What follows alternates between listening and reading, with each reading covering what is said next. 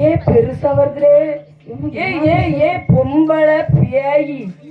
ஏ மோகினி. இல்ல இல்ல இடாகினி. ஏ பிசாசு மாதிரி இருக்கு, பெருசா இருக்குப்பா. ஏ பிசாசுனா ஆம்பளையா பொம்பளையாடே? ஏ மோகினி. ரெண்டு இருக்கு, ஒண்ணு இல்ல ரெண்டு இருக்கு.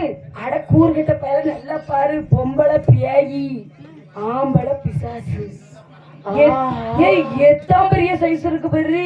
அம்மா பெரிய உருவமா இருக்கு. முக்காபணிக்கு முக்காபணி. இதெல்லாம் எங்க போகுது? இரு இரு சத்தம் போடாத. நீ குறுக்காலவே உழுதுறாத. காலை எடுத்து மிதிச்சு கொண்டு விடும். நான் போமாட்டேப்பா, நான் போமாட்டேன். நீங்க உரங்கட்டி நில்லு.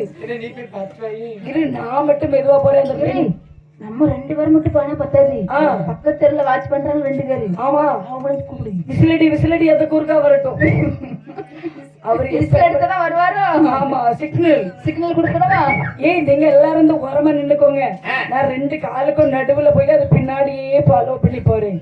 அது எங்க போகுதுன்னு கரெக்டா பார்த்து இன்னைக்கு கரெக்டா மன்னன் கிட்ட மாட்டி கொடுக்கறோம். பிடிச்சிருந்தா கை கழுவுமா அப்படி சொல்லி இந்த உருவம் புதுசா இருக்கு, எங்க உள்ளது அப்படின்னு பார்க்க வேண்டாமா? கூடவே வந்தாங்க பத்தியா ஃபாலோ பண்ணி. அது எங்க போகுது? அரண்மனை வாசலுக்கே வருது. வந்தது மட்டும் இல்லாம அத்தான் பெரிய உயரமா இருந்ததே. ரெண்டு வாசல்ல வந்தோடனே குட்டி குழந்தைங்களா மாறி தவண்டு போறது பார்த்தாங்க பாத்தீங்களா? ஐயோ எப்படி போகுது பாரு. ஆம்பளை பேயி பொம்பளை பிசாசு. அப்ப எவ்வளவு பெருசா இருந்தது, அதுக்குள்ள குட்டி குழந்தைங்களாட்டு மாறிடுச்சு பாருங்க. யாரு தெரியுதா? யாரு இது? அரசருக்கு புதிதாக பிறந்திருக்கின்றார்கள் இரண்டு குழந்தைகள். அவர்கள் தான் இவர்கள் இரண்டு பேர்களும். அடி ஆத்தி என்னென்ன வேலை பார்க்குது சின்ன பிள்ளைங்க. நாளை காலை அரசபையிலே சென்று அரசிடத்திலே சொல்ல வேண்டும். அதானே என்ற மறுநாள் தினத்திலே சபை கூடினார்கள். ஆமா கோன்கள் தலையார்கள் எல்லாரும் கூடி வந்தார்கள். அரசே ஏ மன்னா. அரசே அரசே ஆபத்து ஆபத்து. என்னையா ஆபத்து? அன்றைக்கே சோதரர் சொன்ன வார்த்தை நீங்கள் கேட்கவில்லை. என்ன சொன்னாரு?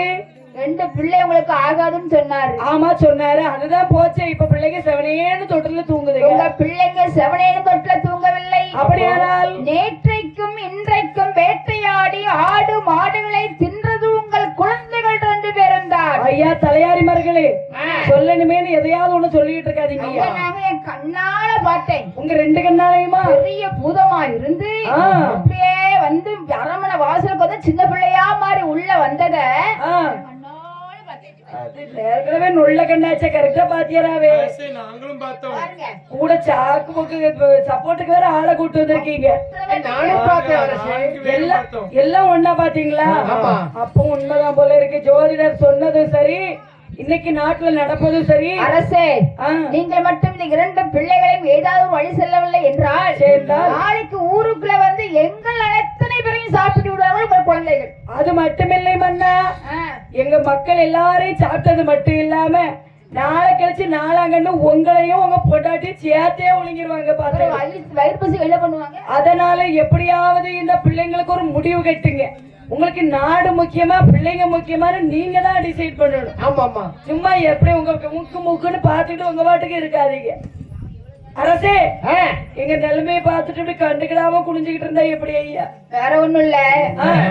1000 தான் இருந்தாலும் பெத்த பிள்ளையை கொள்வதற்கு மனம் வருமா? ஐயா இவங்க நம்ம எல்லாரையும் சுடுகாடாக்கிட்டு போயிரும். அதனால பார்த்தான் அரசன் அப்படி அப்பா தூதுவர்களே. ஐயா யார இங்கே தூதுவா? ஐயா நீங்கள் இரண்டு பேரும் இங்கே வாருங்கள். வந்துட்டோங்க ஐயா. இந்த இரண்டு பிள்ளைகளை எடுத்துக்கொண்டு சென்று கானகத்திலே போட்டு விட்டு வாருங்கள். ஓ வெட்டி கொள்ள மனம் இல்ல, அதனால காட்டுல வீசிடுவோம்னு பாக்குறீங்க.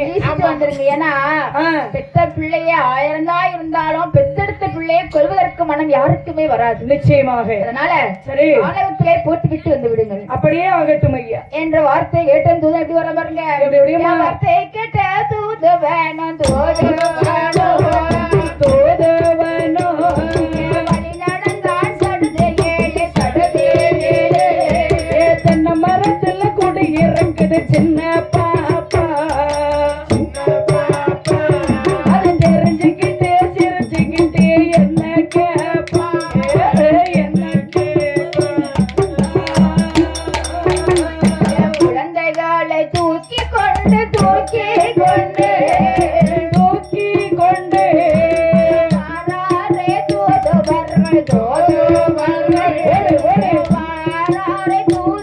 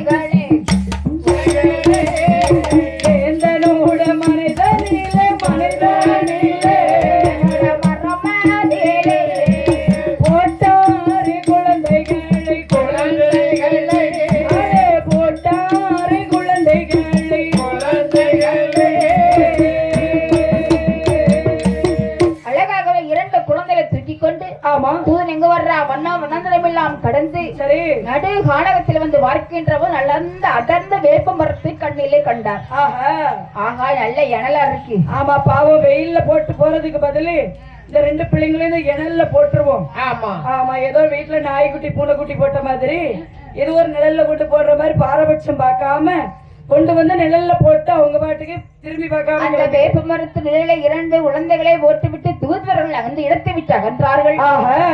பிள்ளைகள் 2 பேர் என்ன பண்றாங்க பாருங்க. என்னம்மா உடனே விஸ்வரூபத்தை எடுத்தாங்க. நீலனும் நீலியுமாகவே ரூபத்தை எடுத்து நின்றார்கள். யார் அது? தெய்வ பிறவி ஆயிற்று. ஆமா அதாவது அதர்மத்தை அழிப்பதற்காக மக்களை காப்பதற்காக வந்த இசக்கியம்மனுடைய முன் அவதாரம் அல்லவா? அப்படியே நீலனும் நீலியுமாக விஸ்வரூபத்தோடு நிற்கின்றார். விண்ணுக்கு மண்ணுக்கு விஸ்வரூபத்தை எடுத்து வேம்பில் மரத்தை அப்படி உறைந்து நிற்கின்ற போது பார்த்தால் நீலியானவள். சரி என் அருமை அண்ணா தங்கச்சி நானும் முன்னோர் இந்த கானகத்தில் இருந்தேன் என்று சொன்னால் நம்முடைய பழி ஏற்க முடியாது. அதாவது இருந்த இடத்திலே இருந்துட்டு இருந்தா வேலை நடக்காது. நம்ம இடத்தை சேஞ்ச் பண்ணிட வேண்டியது. நாம இந்த இடத்துல இருந்தோம் என்று சொன்னால் நீ மட்டும் இந்த இடத்துல இரு. நான் சென்று அந்த வேதியனை எப்படியாவது வலித்து இருக்க வேண்டும். ஓஹோ அதனால நான் சென்று வருகிறேன். சரி தங்கச்சி சொல்லிவிட்டு வேதியனை கொல்ல வேண்டுமே என்று சொல்லி நீலியானவள் அப்படியே அவனை தேடிக்கொண்டு வருகின்றாள். ஓஹோ அந்த நேரத்திலே இந்த வேதியன் எங்க பிறந்து எங்க வந்து வர்றான் பாருங்க. அழகாக காவேரி பூ பட்டினத்திலே நாகப்ப செட்டியாருக்கு மகனாக ஆனந்த செட்டி என்ற நாமத்தோடு பிள்ளையானவன் அழகாக வளர்ந்து கொண்டு வருகின்றான். எப்படி வந்து வரான் பாருங்க. பாலகனோ பாலகனோ பாலகனோ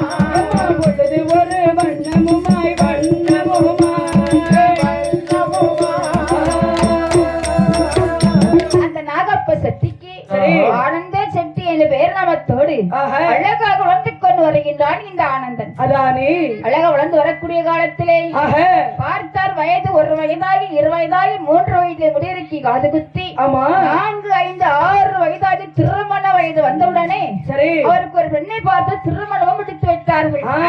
காலகாலத்துல ஒரு கால் கெட்டு போட்டுறணும், இல்லன்னா பையன் வெம்போடா போய் வீணா போயிரும், வாழ்க்கை கெட்டு போயிரும். அதனால பார்த்தாங்க ஒரு அழகான பெண்ணை பார்த்து கல்யாணமும் முடிச்சு வச்சாச்சு ஆனந்த செட்டிக்கு. அப்பதான் குடும்ப வாழ்க்கை இனிதாக எல்லாரும் பலாக்கனி போல் தித்திப்பாக செல்கின்றோம். அதே நேரத்தில் நாகப்ப செட்டியார் சரி உடல் நலம் சரியில்லாமல் படுக்க ஆரம்பித்தார். என்னைக்கு பிள்ளைக்கு கல்யாணம் முடிக்கிறாங்களோ அன்னைக்கே அம்மா அப்பாவுக்கு மெதுவா ஸ்டார்ட் ஆயிரும். அதான் ஏதாவது நோய் நொடி. அப்படி படுக்கல இருக்கக்கூடிய காலத்திலே அவங்க மகனாக ஆனந்த் செட்டியை கூப்பிட்டு சொல்கிறார். சரி அப்பா மகனே ஆனந்தா, டாடி அப்பா உனக்கு சில விஷயங்களை சொல்ல வேண்டும். சொல்லுங்கப்பா சொல்லுங்கப்பா. அப்பா உனக்கு பெண்ணால் ஆபத்து இருக்குன்னு உனக்கு ஜாதகத்துல இருக்கு. சரிப்பா அதனால பாரு என்னப்பா உனக்கு அப்பா ஏகப்பட்ட சொத்து சேர்த்து வச்சிருக்கேன். எங்கப்பா இருக்கு? இருக்குல்ல எங்க இருக்குப்பா? ஆனா இருக்கு, இடம் இருக்கு, நிறைய பணம் இருக்கு. நான் திறந்து பார்த்ததுல பார்த்துச்சு ஆவிய கொண்டக்கப்பா எவ்வளவு இருக்கு பார்த்தா துணிதான் இருக்குன்னு வச்சிருந்த பீரோக்கள் பணம் தான் இருக்கா? பணம் வச்சிருக்கேப்பா. எப்ப இங்க இருந்து? ஆனா உனக்கு வேண்டிய பொன் பொருள் எல்லாம் சேர்த்து வச்சிருக்கேன். அப்படியா? அதை வைத்து பிழைத்துக்கொள். எப்பா அதை விட்டு விட்டு பணம் சம்பாதிக்க வேண்டும் என்று சொல்லி எந்த ஊருக்கு போனாலும் பரவாயில்லை. சரிப்பா பழகை ஊருக்கு மட்டும் போக கூடாது. ஏன் அந்த பழகை ஊர்ல என்ன பிரச்சனை? இப்ப இல்ல தெரிஞ்சுக்கலாம். எந்த விஷயம் யார் யார் சொன்னாலும் ஏன் எப்படி எதுக்குன்னு கேட்கணும்னு ஈவேரா தந்தை பெரியா சொல்லி இருக்கிறேன், தெரிய வேண்டும். அதனாலதான் தெரிஞ்சுக்கிறேன். நீங்க சொல்றதே சொல்றீங்க, கொஞ்சம் விவரமா சொல்லுங்க. மகனே ஆனந்தா, நீ பிறந்திருக்கின்ற போது உன்னுடைய ஜாதகத்தை நான் கணிக்கின்ற போது ஜாதகத்துல என்ன இருந்து தெரியுமா? நீ ஒரு பெண்ணால் வன்கொலையாக மடிவாய் என்று இருக்கின்றது. அப்படியா? அதனால அப்படின்னா அந்த பழகை ஊருக்கு செல்ல கூடாது. சரிப்பா, ஏன்னா அது காட்டு பாதை. அப்படியாப்பா? அந்த காட்டு பாதையா போகும்போது உனக்கு ஒரு பெண்ணால் ஆபத்து வந்துச்சுன்னா என்ன பண்ண முடியும்? அது சொல்றீங்களோ? ஒரு பொம்பளை ஒரு ஆம்பளையோ என்ன செஞ்சிருவா? என்ன செஞ்சிருவாளா? ஆமா, பெண் நினைத்தா எல்லாமே நடக்கும். அப்படியாப்பா? என்னமோ சொல்றீங்க நீங்க. சரிப்பா, இப்ப பழகினூர் போக கூடாது அவ்வளவுதானே? போக கூடாதுன்னா சரிப்பா. அது என்னப்பா? இது என்னதுப்பா? வேம்பின் பத்திரம். இதான் பத்திரமா? நானும் பத்திரம் பத்திரம் டாக்குமெண்ட்ஸ் தருவீங்க, கண்ணு கெட்டுற தூரம் இருக்கிற வரைக்கும் தோட்டம் துறவு எல்லாம் எனக்கு அதான் இருக்கும்னு நினைச்சேன். இந்த பத்திரத்தை நான் என்னப்பா செய்யணும்? உனக்கு ஆபத்து வரும்போது தான் உனக்கு காப்பாத்தும். அப்படியா? உன் கையில இருக்க வரைக்கும் உன்னை யாரும் எதுவும் பண்ண முடியாது. இத வேற நான் சமத்துக்கு தெரியுமா? இது எங்க கொண்டு போட? இதுக்கு ஒரு மஞ்சள் போய் பார்க்கணும் போலியே. மஞ்சள் போய் பார்க்க முடியா? அப்ப எங்க வைக்கிறதுனா? குறைவால் இடுப்புல செருவு. ஓ இப்படி இப்படி ஓகே வச்சுக்கிட்டேப்பா. நல்லாதான் இருக்கு. இது பாதுகாப்பா இருக்கும்லப்பா? உனக்கு பாதுகாப்பா இருக்கும். சரிங்கப்பா. வீட்டுல தூங்கும்போது பக்கத்துல வச்சுதான் தூங்கணும். சரிங்கப்பா. சரியா? சின்ன பிள்ளையா தொட்டிலுக்கு கீழே கத்தி போட்டு வைக்கிறதுக்கு உனக்கு ஆபத்து இருக்கு. உனக்கு அந்த வயசு வந்துட்டுப்பா. அப்படியாப்பா? 25 வயசுல உன் ஆயுசு முடின்னு இருக்கு. அதனால நீ பார்த்து பத்திரமா இருந்துக்கோ. சரிங்கப்பா. தந்தை சொல் மிக்க மந்திரம் இல்லை. அம்மாவோட சேர்ந்து வாழு. அதை விட்டுவிட்டு அங்க எங்கன்னு காலை கலப்பாத. போகிற வழியில பெண் துணை உனக்கு ஆகவே ஆகாது. ஏதாவது பெண் வந்து வழிய பேசினாலும் நீ பேச வேண்டாம். அப்போ எனக்கு பெண்கள் பேசினாதான் ஜாலியா பிடிக்குமே. நான் அதுல உட்காந்தே பேசுவேன். உட்காந்து பேசுவியா? ஆமா. பேசக்கூடாது. சரிப்பா, இனிமேல இருந்து பேசவே மாட்டேன். சரி, பத்திரமா இருந்துக்கோ. அப்பாக்கு ஆயுசு முடிஞ்சு போச்சு. எப்ப நீங்க எங்க போறியா? அதுக்குள்ளே நாங்க அம்மாட்ட போறேன்டா. எப்ப கண்ணு தரங்க? எப்ப நீங்க கண்ணு தரங்க? பேசிட்டு இருந்தாரு, அதுக்குள்ள கண்ணை திறந்து வச்சுட்டு பப்பரப்பையன் மல்லாந்துட்டேன். ஐயோ கடவுளே, போட்ட காப்பி வீணா போச்சு. காப்பி குடிச்சிட்டா போனாரு. காப்பி குடிச்சிட்டு போடுமா? ஆமா, இவர் அவர் பாட்டுக்கு பப்பரப்பையன் அதுக்குள்ள இறந்து போயிட்டாரு. வேண்டிய புத்திமதிகளை சொல்லிவிட்டு ஆனந்த செட்டி இடத்துல ஒப்படைத்து விட்டு இந்த நாகப்ப செட்டியார் இறந்து விட்டார். அவர் இறந்தார் பாருங்க. இறந்து பல வருடங்கள் அப்படியே நாட்கள் சென்று கொண்டு இருக்கின்றது. பார்த்தா இந்த ஆனந்த செட்டியும் என்ன நினைக்கின்றார்? இருக்கிற அதாவது செக்களவு பொண்ணு இருந்தாலும் செதுக்கி சாப்பிட எவ்வளவு நாள் பத்தோம்? ஆம்பளை இருந்தா டெய்லி 1000 ரூபாய் சம்பாதிக்கணும். சரி, அவ்வளவுதான் இல்லைனாலும் ஒரு 500 ரூபாயாவது சம்பாதிக்கணும். அதை விட்டுட்டு முன்னோர் சொத்து இருக்கு, தாத்தாப்பு சொத்து இருக்கு, பாட்டன் சொத்து இருக்குன்னு சொல்லி உட்கார்ந்தே சாப்பிட்டான்னு வை. அதெல்லாம் எவ்வளவு நாளைக்கு பத்தும்? பத்தவே பத்தாது. இருக்கிற இடம் தெரியாம போயிடும், உருக்குலைஞ்சு போயிடும். தெரியுமா? சரி, அப்படி அழகாக இந்த ஆண் சட்டி வாழ்ந்து வரக்கூடிய நேரத்திலே அதே நேரத்திலே கானகத்திலே வேப்ப மரத்தில் நீல நிக்கினா பாருங்க. சரி, அந்த நீல இருக்கக்கூடிய வேப்ப மரத்திலே பழைய ஊர் மக்கள் சிவாலயத்திற்கு கொடிமரம் ஒன்று தேவை. கோயில் ஒண்ணு இருந்ததா கண்டிப்பா ஒரு கொடிமரம் இருக்கணும். ஆமா, கொடிமரம் கோபுரம் எல்லாம் இருக்கக்கூடிய கோயில் வந்து எப்பவுமே பிரசித்தியா இருக்கும். அதனால நம்முடைய கோயிலும் ரொம்ப காலம் கோயில் நல்லா இருக்கு, மண்டபம் நல்லா இருக்கு. பட் ஒன் திங், கொடிமரம் இல்லாம இருக்குது. அதனால கொடிமரம் வெட்ட வேண்டுமே என்று சொல்லி அழகாகவே இந்த ஊரவர்கள் மரத்தை தேடி பார்த்து கொண்டு வருகின்ற போது இந்த வேப்ப மரத்தை கண்ணிலே கண்டார்கள். நல்ல வளர்ந்த மரமா இருக்கு பத்தியா? கம்பு நேர ஊச்சு வாழ்ந்த கம்பா போய்கிட்டு இருக்கு. இந்த மரத்தை வெட்டுவோம் என்று சொல்லி வெளியே இருக்கக்கூடிய மரத்தை வெட்டி கொண்டு வந்து அப்படியே பழைய ஊருக்கு வந்தாங்க பாத்தீங்களா? இந்த நீலனும் அந்த வேப்பினுடைய பின்னாடி ஊருக்குள்ளாக வந்தான். சும்மாதான இருக்கணும். சிவாலயத்தை வந்து மக்களிடத்திலே அட்டகாசம் செய்ய ஆரம்பித்தான். நடக்கின்ற வேலையை பூசை பார்த்து தட்டி விடுவதும் சரி. அப்படியே என்ன பண்றான்? கொடி மரத்துல ஏறி அமர்ந்து கொண்டு அட்டகாசம் செய்தான். இதையெல்லாம் பார்த்தா சிவபெருமான் குண்டோதரன் அழைக்கின்றார். ஐயா குண்டோதரா, இந்த மாதிரி கொடிமரத்தை நீங்க வெட்டுறதுக்கு வேப்ப மரத்தை வெட்டினீங்களே, அந்த நேரத்துல இருந்து சேட்ட ஆரம்பிச்சிருக்கு. யாருன்னு போய் பாரு, அதுல ஒரு ஆள் அட்டகாசம் பண்ணிட்டு இருக்கான் பாரு. அவனை போய் போட்டு தள்ளிட்டு வா என்று குண்டோதரனை அனுப்ப அந்த குண்டோதரன் வந்து இந்த நீலனை அழித்தார். நீலன் அழிந்த செய்தியை அறிந்தால் இந்த நீலியானவள் அண்ணனை கொண்டு விட்டார்கள் அந்த பழைய ஊர் மக்கள். நான் அந்த பழைய ஊர் மக்களை பழி வாங்குவேன். சிவபெருமான் தான் குண்டோதரனை விட்டு கொண்டு விட்டார். இருந்தாலும் நம்முடைய கோபம் சிவபெருமான் பேரில் இல்லை. இல்லை. இதற்கெல்லாம் காரணம் அந்த பழகை ஊரார். இந்த காட்டில் எத்தனையோ மரங்கள் இருக்கின்றது. ஏன் நம்ம அண்ணன் நிழலுக்காக அமர்ந்திருந்த அந்த வேப்ப மரத்தை தானே வெட்ட வேண்டுமா? வெட்டினாரே அந்த பலகை ஊரார். என் அண்ணனுடைய வழிக்கு இந்த பலகை ஊர்க்காரர்களை பழி வாங்காமல் விட மாட்டேன் என்று சொல்லி தாயான நீலி அவங்க சத்தியம் செய்கின்றாளாம். சரி, அப்படி இருக்கின்ற போது அதே நேரத்திலே கானகத்திலே ஆனந்தனை வறுக்க வேண்டும் என்று நீலி அமர்ந்திருக்க ஆனந்த செட்டியும் பிழைப்புக்காக பலகை ஊர் நோக்கி வருகின்றார். அவர் கையை வீசி வீசி மாப்பிள்ள ஜாலியா கிளம்பி வர்றார். அப்படி இருக்க ஒரு 10 நிமிஷம் இடைவேளை போட்டிருக்கிறோம்.